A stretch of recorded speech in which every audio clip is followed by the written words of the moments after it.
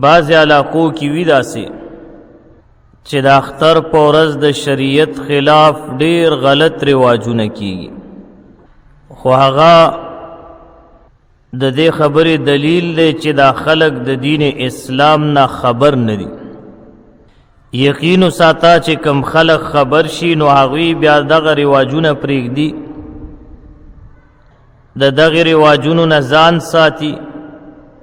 نو په هغې کې یو دا دی چې کله یو کس وفات شوی وي او په هغه باندې 3 ورځې هم تیرې شوي وي، یعنی د هغه په جنازه او په دعا کې خلق شریک شوي وي، خو چې کله اول اختر راشي نو د دې کس خپلوان بیا د کور ته د دعا د پار راځي او دا وی چې دا د فلان کی مرحوم اول اختر دی. اکثر بتاسو کتلی وی بعض خلق بیا پوجره کې کټونه وغیره هم سم کړي وي او آلته کې خلق راځي الکه څه چل دی جی د پلان کی مرحوم اول اختر دی. نو دا یاد ساتئ چې په شریعت محمدی کې دا طریقہ د سره شته نه او نه دې ته څه ضرورت شته او نه دې ته څه حاجت شته دی. دا خلق راځي او په دې طریقې سره د مړي کوروالا ته غم دوباره را تازه شي بیا. نو بعض خلق دا غلطی کوي، د دې نه ځان ساتل پکار دی. د اول اختر دی، د دویم دی، د دریم اختر دی، د څلورم دی نه.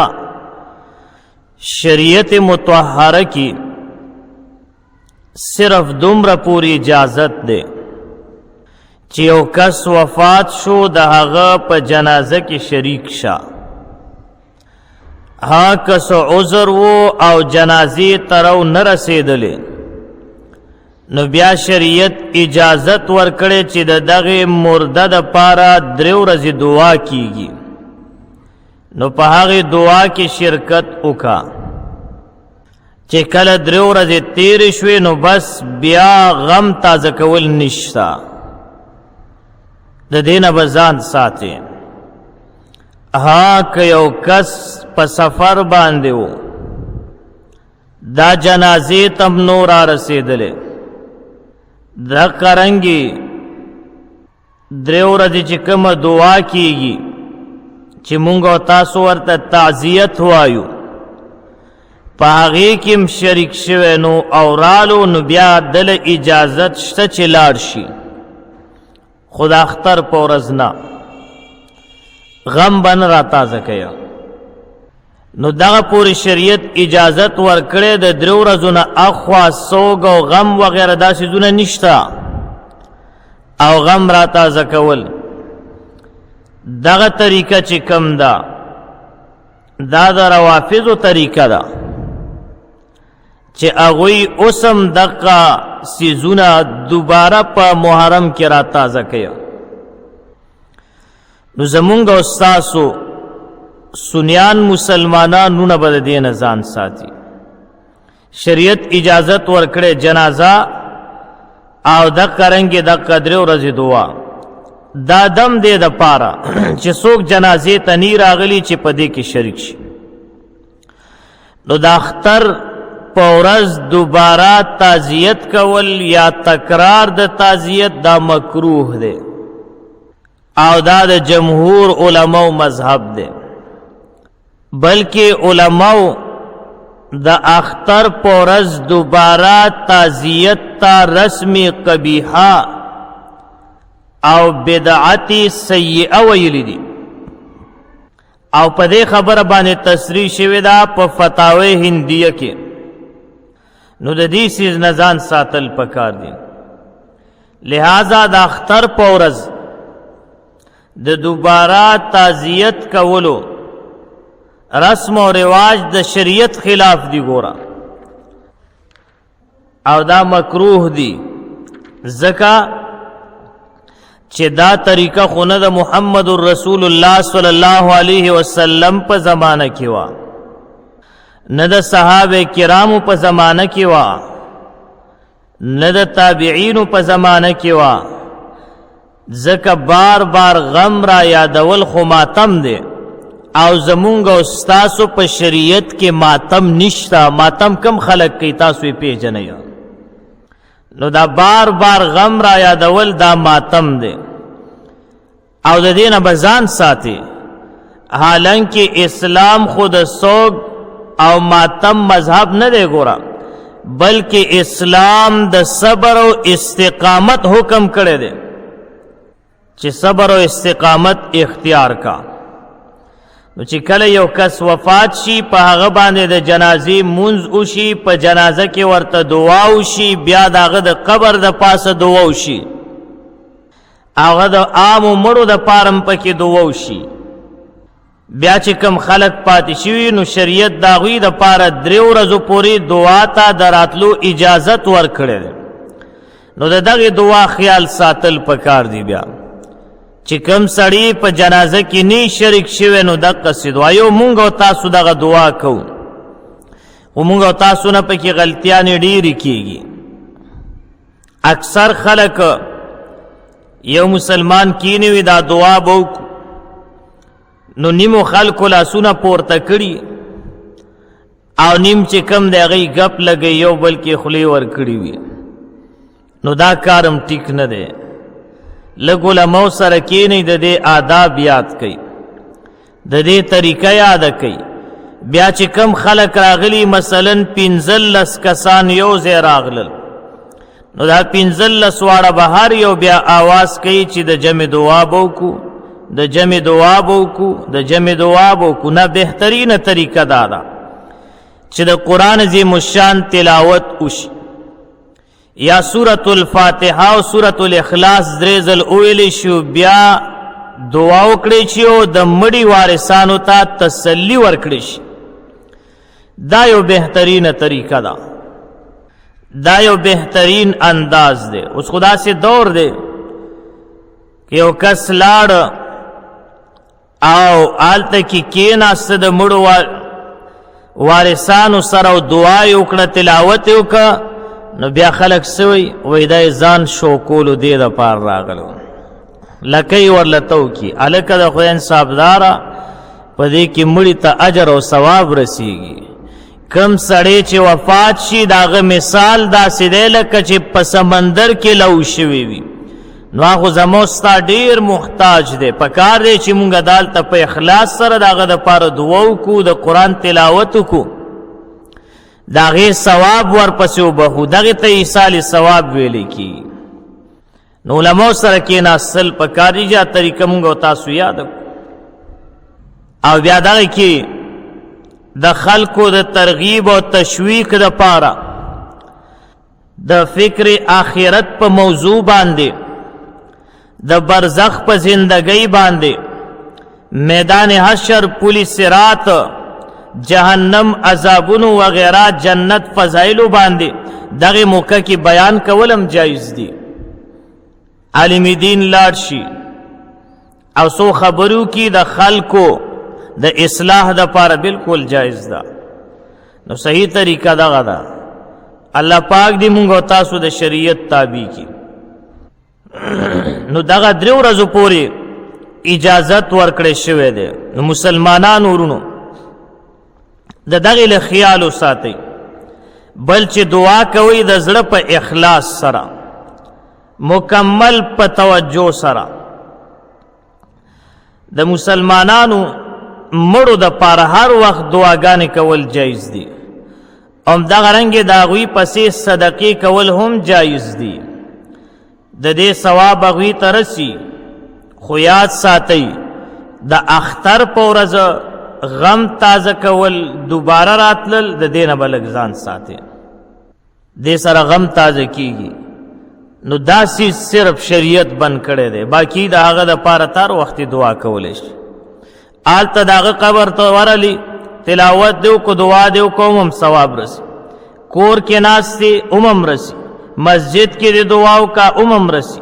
په لار رواني گاڑی کې ناست دی، ادیره باندې تیریږي، مړو دپاره دعا وکړه، بالکل فایده رسیږي ورته هیڅوک ته انکار نشي کول کم سړی ته انکار کوي په شکال والے نو دغه سیز نه ځان ساتل پکار دویم بعض خلک د اختر په ورځ نوې کپڑے او جامې اغوستي وي نو داغه په دې انداز کې لږ فرق راغلی وي تکبر را پیدا شوی وي نو یاد ساتئ د اختر په ورځ چې هر څومره ښایسته کپڑے واچي بالکل صحیح ده جایز ده لباس پیزار وغیرہ خو برابر خو لیکن بل مسلمان ته بس پک نه ګوره داغه وړاندې با کړخانی نه کی داغه په وړاندې په قدم چال چلن ګرځېدو کې او د کرنګي حرکات او سکناتو کې به فرق نه راولي ځکه شریعت د دې نه منع فرمایلی ده او تکبر چې کوم دی نو هغه انتهایی خطرناک ګناه ده نو د دې له خاص خیال ساتل پکار دی دویم بعض خلک د اختر په ورځ د ډیر تکبر په وجه دا کپڑے وغیرہ چې کم دی دا د پنسو نه ښکته ساتي یعنی د ګیټو نه د پنسو چې کم حد دی هغه کراس کوي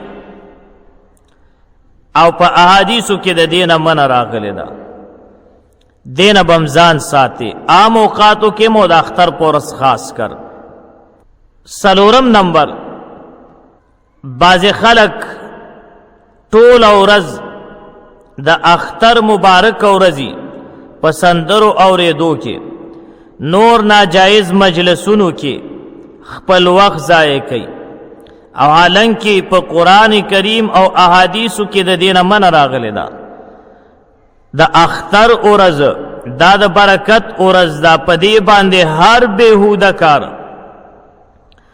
هر بیکار کار او هر بېځایه کار چې کم دی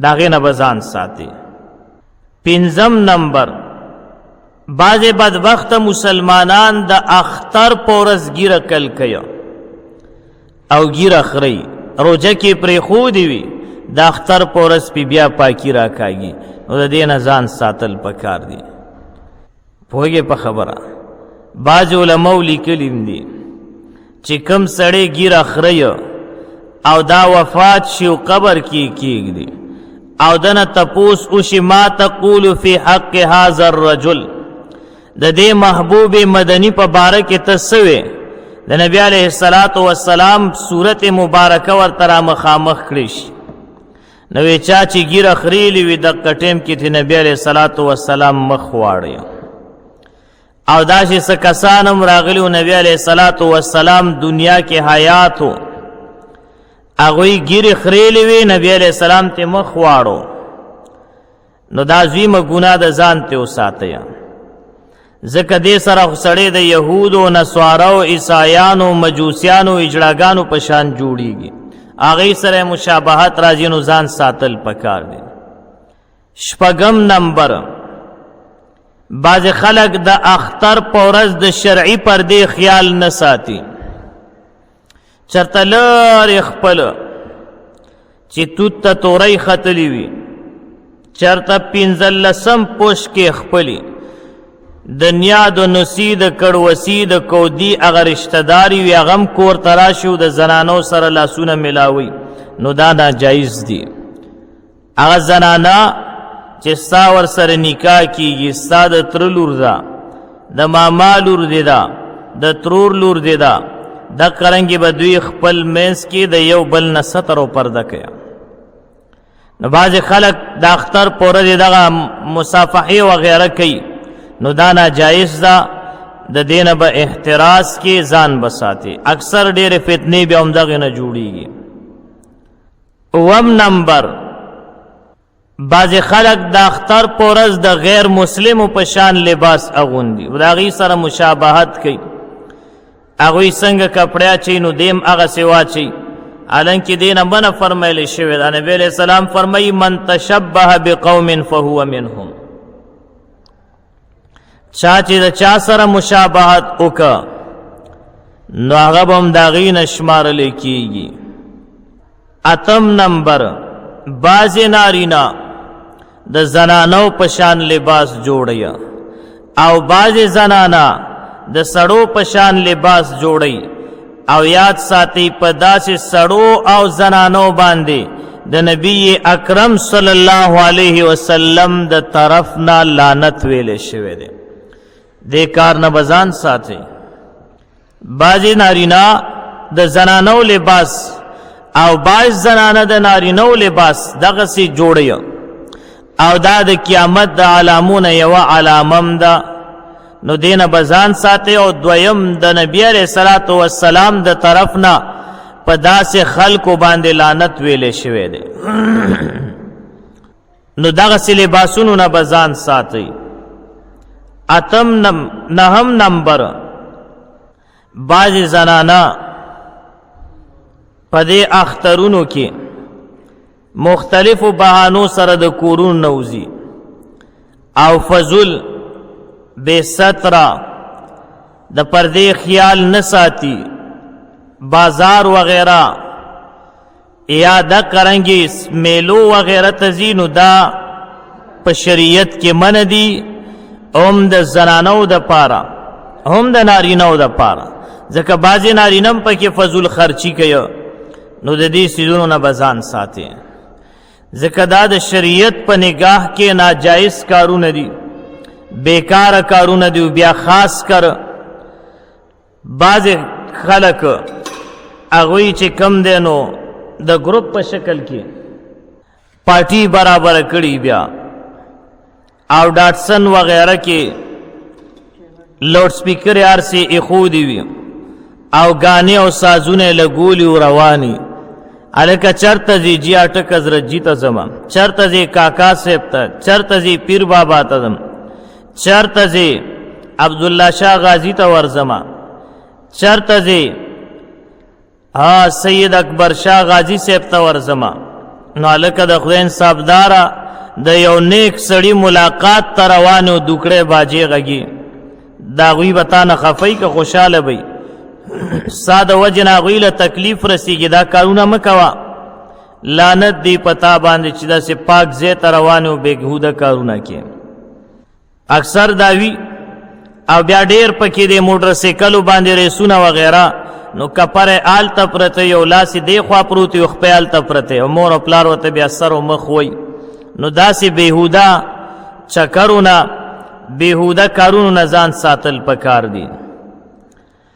اوس خو په حکومت هم پابندي لګولې، دا یو کار خو یې سم کړی دی چې د ورځو کې دا چکرې مکرې بندي کړي دي، او خدای دې ورله توفیق ورکړي چې سمې بند کړي او کاروبار نه چکرې صرف. لسم نمبر، بعض خلق د اختر په دې ورځو کې فضول خرچي او اسراف کوي، یعنی په غیر شرعي ځایونو کې خپلې پیسې خرچ کوي. نو دې نه ځان ساتل پکار دي. یو لسم نمبر، بعض خلق پکې داسې وي چې هغوی څه کوي، په اخترونو کې په خپله او خپلو بچو د پاره ښایسته خوراکونه، نوې کپړې او د قرنګې ډېر څیزونه هغه ځان د پاره بچو د پاره روړي، خپله هغه سیالي برابره کړي، خو لیکن ور سره خوا کې غریبانان وي او د هغوی مدد نه کوي او د هغوی سره احسان نه کوي. نو دی کار نه ځان ساتل پکار دی. خپل گاونډ کې مسکین فقیر غریب باندې له خیال ساتل پکار دی. ایثار او قربانی او همدردی نه ځان دا ځان کې پیدا کول پکار دی. دولسم نمبر، بعض خلق په اختر کې چې کم دی د خپلو خپلوانو سره رشته داری او صله رحمي نه کوي. د اختر ورځ وي، تره د وراره سره نه میلاویږي، وراره د تره سره نه میلاویږي، او ماما د خوريي سره او خوريي د ماما سره، او د تره زوی د تره زوی سره. هلکه دا څوک دی؟ وي جي تربور دی او تربور د بیرې بور دی. الله اکبر. نو په دغه کې دوی هغه خپل ضد او عناد پالی او رشتہ داری نه پالی. نو دین ځان ساتل پکار دي. 14 نمبر، د اختر په ورځ باندې بعضې ملګري او دوستان سهار وختي کې هغوی د خپل مور او پلار سلامۍ ته ځي او قبر تازیری کوي. نو په دغې خو درته فتوا نه در کومه، ځکه بعضې خلک داسې دي چې د هغوی ذهن کې دا خبره راځي نه، خو دوی ځان سره څه سیره وغیره م وړي، هغې کې ګلونه وغیره لګېدلي وي. نو یاد ساتئ د دې په مقابله کې تاسو بیا خیر د علماو نه تپوس وکئ، آیا چې زه دا سیره وړم او په دې قبر باندې اچوم، په دې کې ثواب ډېر دی او که نه د دې پیسې راوالم او یو مسکین ګاونډي لی ورکمه، یا یو طالب العلم لی ورکم، یو عالم ته ورکم، یو فقیر ته، یا یو خپل غریب رشتہ دار ته، په هغې کې به ثواب ډېر وي که په دې کې ثواب ډېر؟ آیا دغې کې ثواب شته یا نشته؟ په دې کې خو یقینا ثواب دی چې همدغه پیسې تا راواخیستې او صدقې جاریه دې ترېنه جوړه کړه. خو د بعضې خلکو ذهن دا جوړ وي چې یاره ما نه به والدین ګیله کوي. نو د والدینو قبر ته خو ما درته فتوا در کړې او مخکې مې هم درته ویلو. امارته یو روایت نقل کړی د مولانا محمد عمر پالنپوري رحمه الله، یو کتاب دی د هغې نه چې په هغې کې روایت دی حضرت ابو هریره رضی الله تعالی عنه د هغوی راوي دی. فرمایي چې نبی اکرم صلی الله علیه وسلم فرمایلی دي چې کم سړی د جمعې په ورځ 2 رکعاته نفل وکړي او بیا د مور او پلار قبر ته لاړ شي، نو مور او پلار به ترېنه خوشحالي او دغه کس به الله پاک د نیکانو په لیست کې ولیکي. نو دغه ترتیب سره تلل پکار دي. بل ادیرې ته تلل د هغې دپاره کم خاص وخت نشته. هر ټیم د نبی علیه صلات وسلام نه ثابت دی، نبی علیه صلات وسلام د شپې په ناوخته ټیم کې جنت البقیع ته راغلی. داسې نه ده چې ادیرې ته تلو باندې پابندي ده، نه، زنانو دپاره پابندي پکار ده چې زنانه لاړ نشي نو ښه به ځکه دې نه فتنه خورېږي. او زمونږ احناف هم په دې دور کې د امام احمد ابن حنبل رحمه الله فتوا چې کم د په هغې باندې عمل کوي، ځکه هغې نه فسادات جوړي. باقي نارینو دپاره په هر ټیم کې تلل جایز دي، خو ها که د صرف دا ذهن وي چې بلکل صرف د اختر په ورځ تلل او نور اړو تلل نه دي پکار، نو دا خبرې ټیک نه ده بیا، ځکه د مور او پلار حق تا باندې انتهایی زیات دی. د مرګ نه بعد به هم د مور او پلار خیال ساتي. پوهې په خبره نو پکار ده چې هفته کې خامخا یو ځل لاړ شي. او بل دا ادیرې ته تلل داسې یو عمل دی چې دې دپاره هېڅ ټیم شریعت مقرر کړی نه دی، کم ټیم تا ته موقع ملاوېده لاړ شه. دا خبره به دې بیا غلطی چې ته وې صرف د اختر په ورځ تلل پکار دی، په دې کې انتهایی ثواب دی. نور ورځو کې ثواب نشته. نو زه صرف د دقیقې یو خبرې خلاف یم چې صرف دا ټول ثواب دی یو ورځې ته راغونډ کي، نور بیا د مور او پلار پسې نه صدقه کوي، نه دعا کوي، نه چرته نفل کوي، نه تلاوت کوي. نو داسې کار نه دی پکار. دا هغه کارونه چې د هغې نه ځان ساتل پکارو.